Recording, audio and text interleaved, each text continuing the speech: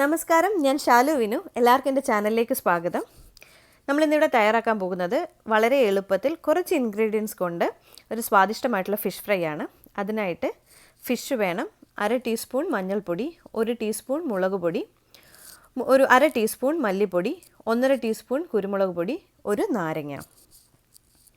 ആദ്യം കഴുകി വൃത്തിയാക്കി കട്ട് ചെയ്ത് വെച്ചിരിക്കുന്ന ഫിഷിലേക്ക് മഞ്ഞൾപ്പൊടി ചേർത്ത് കൊടുക്കുക. അതിനുശേഷം കുരുമുളക് പൊടി ചേർത്ത് കൊടുക്കുക. ഇതിൽ കുരുമുളകാണ് കൂടുതലും നമ്മൾ ചേർക്കുന്നത് കേട്ടോ. മുളക് പൊടി ഒരു കളറിന് വേണ്ടിയിട്ട് മാത്രമാണ് ചേർക്കുന്നത്. കുരുമുളകിൻ്റെ എരിവാണ് ഇതിൽ കൂടുതലായിട്ടും വരുന്നത്. കാശ്മീരി റെഡ് ചില്ലി പൗഡറാണ് ഞാനിവിടെ യൂസ് ചെയ്യുന്നത്. അതൊരു 1 ടീസ്പൂൺ എടുത്ത് കളറിന് വേണ്ടിയിട്ടാണ് ചേർത്ത് കൊടുക്കുന്നത്. ഇനി ഒരു 1/2 ടീസ്പൂൺ മല്ലിപ്പൊടിയും ചേർത്ത് കൊടുക്കാം.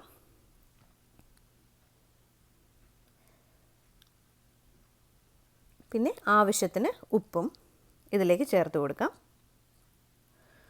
ഒരു നാരങ്ങയുടെ നീര് നമുക്കിതിൽ ചേർക്കണം. സോ ഒരു നാരങ്ങ പിഴിഞ്ഞ് ചേർക്കുക. ഇതിൽ നമ്മൾ ഇഞ്ചി വെളുത്തുള്ളി പേസ്റ്റ് ഒന്നും ചേർക്കുന്നതേയില്ല. അതുകൊണ്ടാണ് ഞാൻ പറഞ്ഞത് ഇത് വളരെ സിമ്പിളായിട്ട് പെട്ടെന്ന് തയ്യാറാക്കാൻ പറ്റും. ഇതിൻ്റെ മെയിൻ ടേസ്റ്റ് എന്ന് പറയുന്നത് കുരുമുളകിൻ്റെ നാരങ്ങയുടെ ഒരു ടേസ്റ്റാണ്. സോ ഇതെല്ലാം കൂടെ നമുക്കൊന്ന് നല്ലതുപോലെ മിക്സ് ചെയ്ത് മാരിനേറ്റ് ചെയ്ത് വെക്കാം.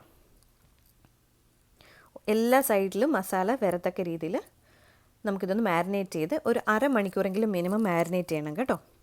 ഇതൊന്ന് മാരിനേറ്റ് ചെയ്ത് നമുക്ക് മാറ്റി വയ്ക്കാം.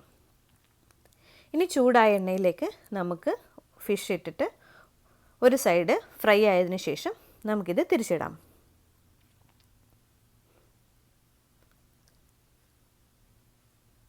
എല്ലാ സൈഡും നല്ലപോലെ മൂത്ത് വരണം.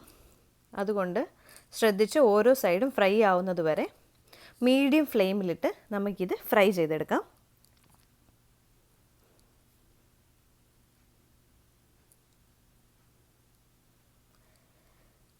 ഇത് ഏകദേശം തയ്യാറായിട്ടുണ്ട്.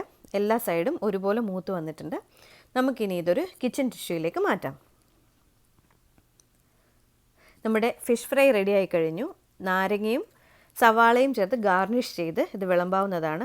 വളരെ ടേസ്റ്റിയാണ്. എല്ലാവരും ഇതൊന്ന് ട്രൈ ചെയ്ത് നോക്കുക. ഇഷ്ടമാകുകയാണെന്നുണ്ടെങ്കിൽ എൻ്റെ ചാനൽ സബ്സ്ക്രൈബ് ചെയ്യാനും ലൈക്ക് ചെയ്യാനും മറക്കരുതേ. Thank you.